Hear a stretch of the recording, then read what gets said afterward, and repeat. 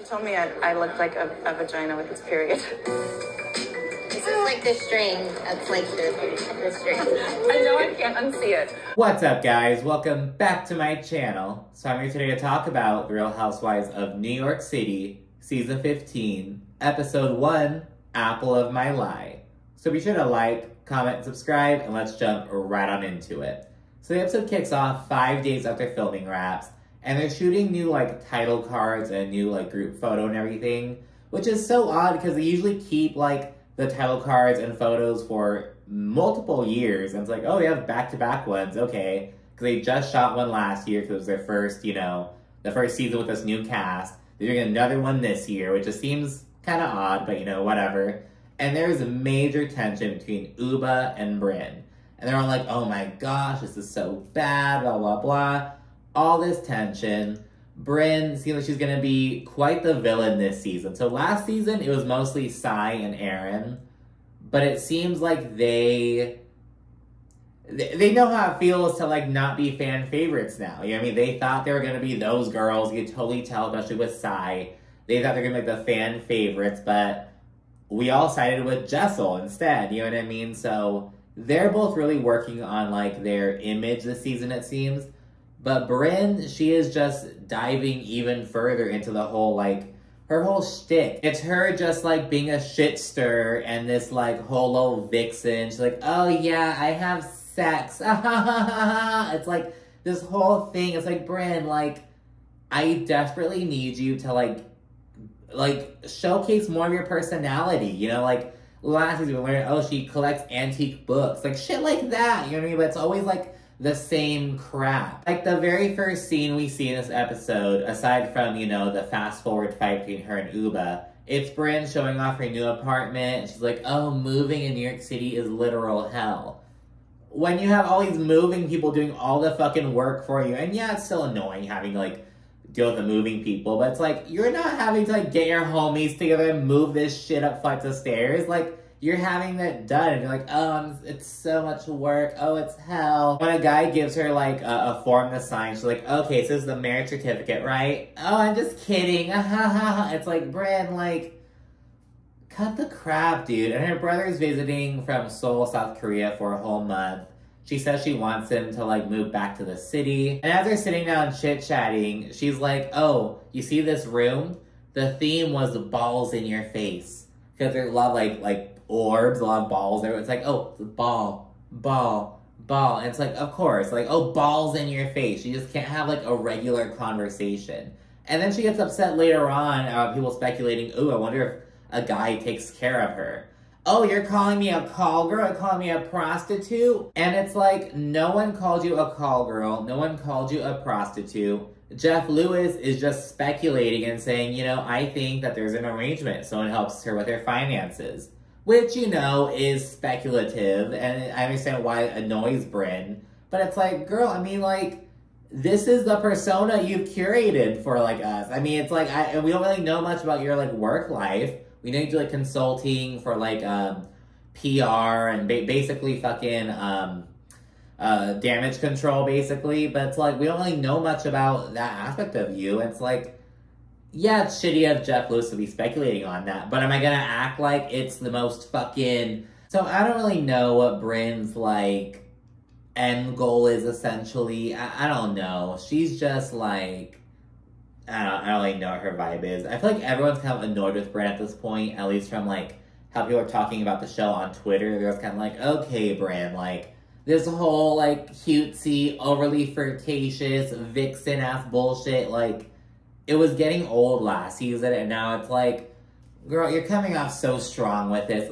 Chill out. It's over. It's done. You need to, start being more interesting. You then see Jessel and Pavitt. They take the subway down to Chinatown, and Jessel, hates the subway. She, never rides it. She winds up taking, $1,000 worth of Ubers every month instead, but Pavitt loves it. And while they're on there, Jessel, tries talking to someone across from her, and he's don't do that. We just don't do that. Don't do that. People don't even make eye contact on those things. You know what I mean? It's do not talk to anyone. No one wants to chit-chat. No one wants to be here. We're all miserable. Chill the fuck out. Anyways, Jessel notes that she feels like Pavitt, who's become a food influencer, by the way, since last season. He was like, yeah, I'm going to Vietnam just for a banh mi. He's like he's like a big foodie, so he's like showcasing that online now. He's still doing that. So yeah, they're chit-chatting. She feels like he's been putting less effort into the relationship since they had their twins. And so she wants to really work on that. But simultaneously, she also wants to like have another baby with Pavitt. Because she says, oh, we're spending so much money on like just storing these embryos. Let's have a little girl. Let's like just take that next step. And it's like, okay, do you want to have another baby or do you want to fix your relationship? Because like, you can't really do both. Like, you're going to get back to, like, having date nights with Pavitt, getting him to, like, spend more time with you, just, like, have another baby and, like, have to start from square one again. So, I don't know. Pavitt's not really interested, but Jessel is really, really interested in this. We then see Aaron and Uba meet up, and they are inseparable. And it's interesting, because remember last season, Aaron got a lot of shit over how she treated Uba, and now it's like, oh, we're so close, we're such besties. It's the same shit with Sai as well. She got a lot of shit for how she treated Jessel, and now she and Jessel are like working their relationship, spending more time together. It's like, okay, you know, and Aaron especially, because later on she gets upset over her husband, like, mentioning mushrooms on camera. Like, she's just, like, so self-aware, it seems. Like, a little too self-aware, which kind of sucks. Especially with these, like, later Housewives seasons and shows. It's like, you have to just go in being yourself, and it's harder to get people to do that now that they know more about how this game is played, you know what I mean? But yeah, there's that. Erin introduces her friend Rebecca Minkoff. She's a designer. And Uba, she gushes over her man, and she says that she is really considering trying to get pregnant by like November, December. So that's her goal right now. She's super in love, all that jazz. And we then learn that Brynn is having a party soon. It's going to make the first group event. Rebecca already knows both Jen and Sai. And she's like, oh, who's Brynn? Who's the girl throwing this? And Erin and Uba both kind of give some weird, like, energy. As we're talking about it, we're like, oh, Brynn is in our friend group. She's very bubbly and, like, very, I don't know, you can just sense the tension. And Rebecca's even like, do I, like, not want to go to this? But, like, no, go. Brynn's nice. So, I don't know. But they have such a weird energy about it. Erin admits that she hasn't seen Brynn really at all lately. So, yeah, we have that kind of dynamic going on. And then Brynn goes furniture shopping with both Jessel and Jenna. And Brynn mentions that Erin called her a call girl on Jeff Lewis, which is not true. When Erin was on Jeff Lewis's little talk show, he was like, oh, what about Brynn? Do you think that she, like, gets financial help from someone? Do you think someone, like, helps her with her finances? There's, like, an arrangement? That's what he said. And Erin was like, honestly, no, I don't think that. And then Jeff's like, I do think that. That was it. Erin didn't even say the damn shit. It was Jeff Lewis. It's kind of similar to what's happening between Tamra and Jen Pedrante's man, Ryan Boyajian. I think it's Boyajian. It's something Armenian. But yeah, so like, Tamra was convinced that he was like trashing her on a talk show. It's like, no, he wasn't. The person like interviewing him was kind of trying to get him to do that, but he didn't. It's like, people just get fucking twisted. It's like, I don't, like, are you not listening to the actual podcast? And Erin apologized, and I think she fucked up with that, because I get it, you know, like, oh, this person's upset, I'm gonna apologize.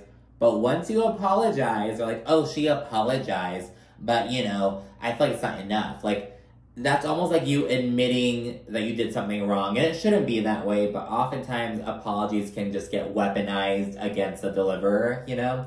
So yeah, Erin apologized, but Brynn's like, you know, it just keeps rearing its ugly head. And she notes that someone came up to her and was like, oh my gosh, I can't believe they said that about you. It seems like other people are getting into Brynn's head. And it's like, you know, Erin, like, if you listen to the audio, she did not say that. Like, what are you doing? And I'm not sure how this segue happened. It's kind of odd. We'll be talking about, like, one instance that happened, and then someone else, like, just throws a fucking curveball and mentions some other bullshit that happened.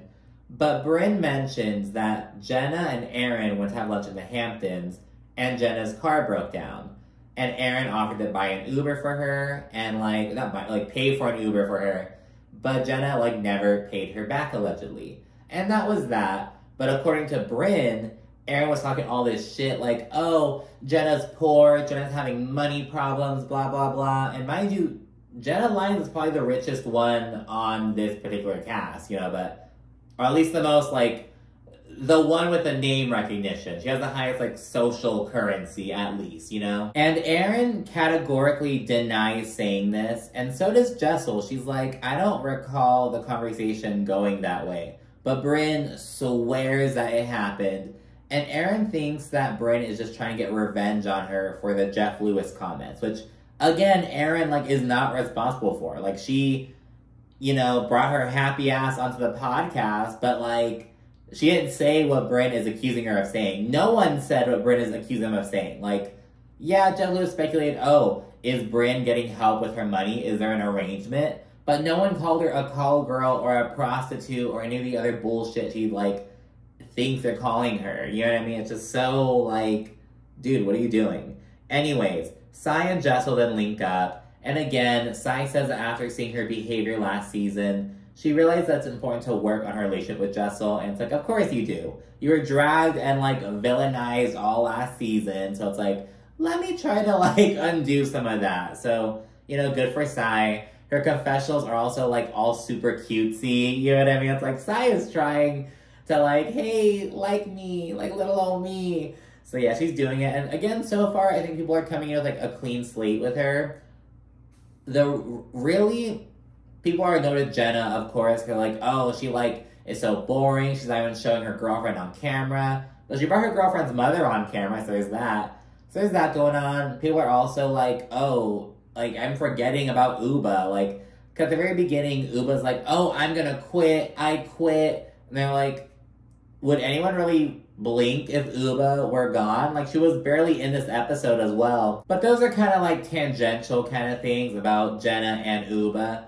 But people are really kind of gunning for Brynn. They're like, I'm just over Brynn. That seems to be, like, the overall sentiment that I'm seeing online, at least. Anyways, we then learned that Sai and Brynn haven't really spoken since the finale. And Sai said the ball is in Brynn's court because Brynn, like, turned down her olive branch at the reunion last year. So yeah, that happened. And we also learned that Jenna thinks that Sai hates her. And this also apparently leads back to Brynn as well. Like, all roads lead to Brynn.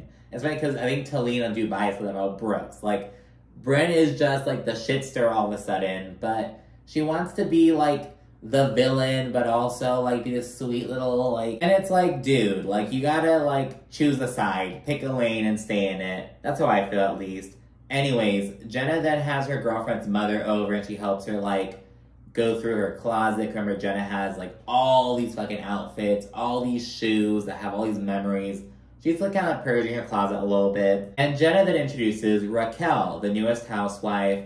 They met back in 2012 because they were both divorcing men and coming out as lesbians, basically. So that's how we became friends. So yeah, we get a little bit of that. We learn more about Raquel later on. She's engaged. She and her fiance were, like, friends for a really long time. She has 2 kids, they're, like, 17 and 14, I believe. And she is an art curator and advisor. We're then back to Erin, and she has a family outing with her husband Abe and their 3 kids. They're 9, 7, and 5. And they're having ice cream and whatnot. And in the confessional, Erin mentioned that her mother has been diagnosed with breast cancer and is undergoing chemotherapy, but she isn't ready to tell the kids just yet because they're super close to her mother, and, like, she doesn't want to scare them, but she also talked to her brother about it. He's like, well, if she starts losing her hair, you're gonna have to say something. Like, you can't hide this from them. So she's kind of, like, navigating that. So we learn that, then the kids all go, like, scurry off somewhere else for a little bit, and Erin and Abe discuss this townhouse they're thinking of purchasing. And while doing so, they're like, oh, it needs so much work, blah, blah, blah. There's, like, this mural with cherubs and all this stuff on it, like, just kind of discussing the property, essentially.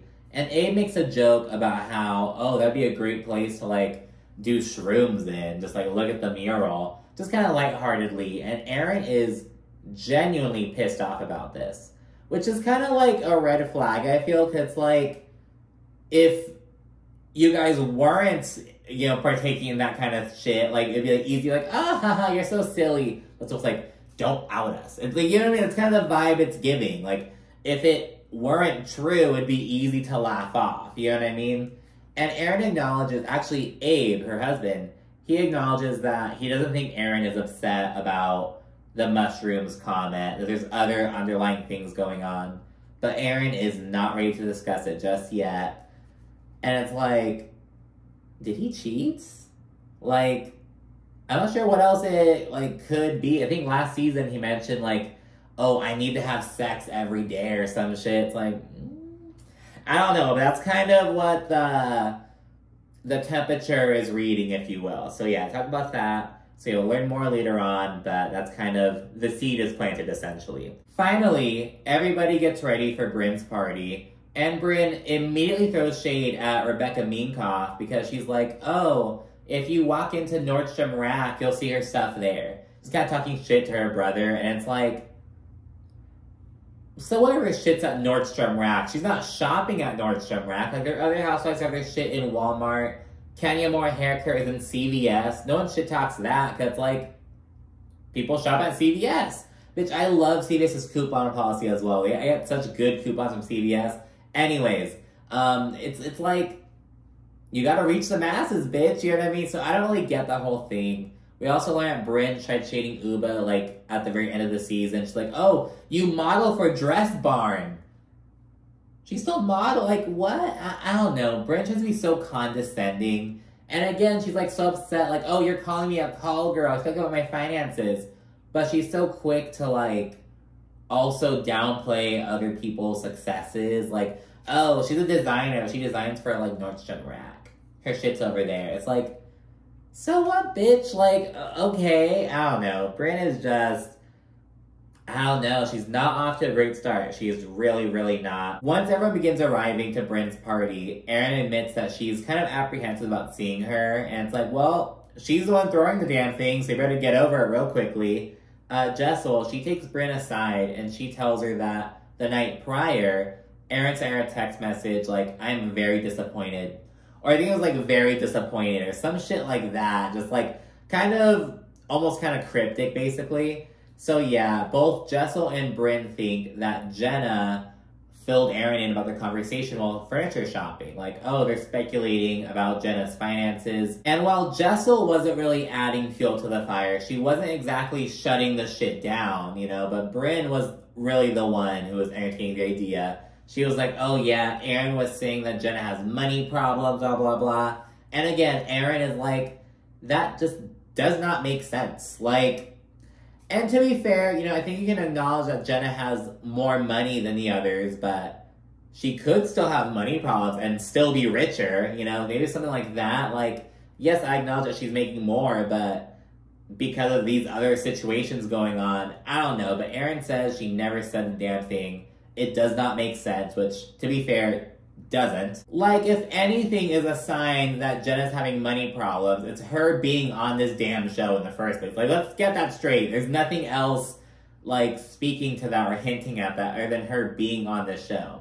And I'm sure Jenna is paid much more than the other ladies. Like, that is a damn near fact, I'd assume. And as the night continues, Sai confronts Jenna about, like, why she thinks Sai hates her. And it turns out Jenna got this information from Brynn. So now both Sai and Erin have issues with Brynn. Though Sai does admit that she didn't really like Jenna too much last year. Jenna wasn't her favorite person last year, but she never said she hated her. And it's just a semantics issue at that point, which I get. But again, it's Brynn stirring shit up essentially. It's like, okay, well, if you're exaggerating what Sai said, who's to say you aren't exaggerating what Erin said? You know, like, is what it is. Sai then says that Brynn has to stir the pot anytime people begin to get along. She just has to, like, cause discord any way she can. Shortly thereafter, Erin then accuses Jessel of being mean. Because, again, it's like, Jessel didn't really do anything. Like, okay, but anyways. Sai then says that Brynn has to stir the pot anytime the group begins getting along. She just has to, like, sow discord whenever she can. Aaron then confronts both Jessel and Brynn. And with Jessel, it's like so quick because Jessel really wasn't, like Jessel didn't shut the shit down, but she didn't really entertain it like Brynn did. So yeah, once she handles Jessel basically, and Jessel gets out of it being like, I have mom brain, I don't know, I'm getting no sleep because of the twins, I don't remember what happened. Like, she gets herself out of that bullshit, but she wasn't supposed to be in it anyways. Like, Jessel was innocent, damn it. But with Brynn, that's who Aaron has her real issue with, basically. So yeah, Aaron confronts her, and Brynn says that Aaron is a bad friend for insinuating that she's a call girl. Which again, Aaron denies. And Brynn actually takes it a step further, and she's like, oh, you're insinuating I fuck men for money. You're insinuating I fuck men for money. It's like, Aaron did no such thing. Yes, Jeff Lewis asked a shady question that Aaron said no to, but it's like, why are you upset with Aaron, dude? Like, what the fuck? Anyways, Sai then confronts Brynn, like, with her issue. Like, why are you saying that I hate Jenna? And oddly, Brynn winds up mentioning, oh, well, Sai, things are awkward that night because you insulted Jessel's husband. And we learned that Sai said that Pavitt looks like Dory, which I have never thought, but makes perfect sense, especially the angle that we get after reading the text. Like, the producers knew. They got, like, I think it's in the nose and, like, the head shape. It's weird because you called her husband a name. You, Jessel, and your Dory from Finding Nemo look-alike husband, too. And this just confused this side because she's like, first of all, I sent this to a group chat with Jessel in it. I sent it to Jessel in that group chat. Jessel and I have, like, worked out our issues. Like, I don't really get what the purpose is. And she thinks that Brynn is deflecting. And Sai gets pissed off and she's like, not today, Satan. You're manipulative. You are just so, like, narcissistic. She starts, like, going in on Brynn, and Brynn gets emotional. Even though this is her party, she winds up being the first to leave. She gets her brother to leave with her, and it's just like, okay. And Sai feels bad that she, like, went off on Brynn like that, but yeah, it is what it is. And yeah, Brynn, she leaves in tears, and it's like, why was all that shit you were talking earlier? Like, why can't, I don't know. It's just too much for her in the moment. But anyways, that's it for the season premiere. So be sure to like, comment, subscribe, and stay tuned for more. Thank you for watching. Bye.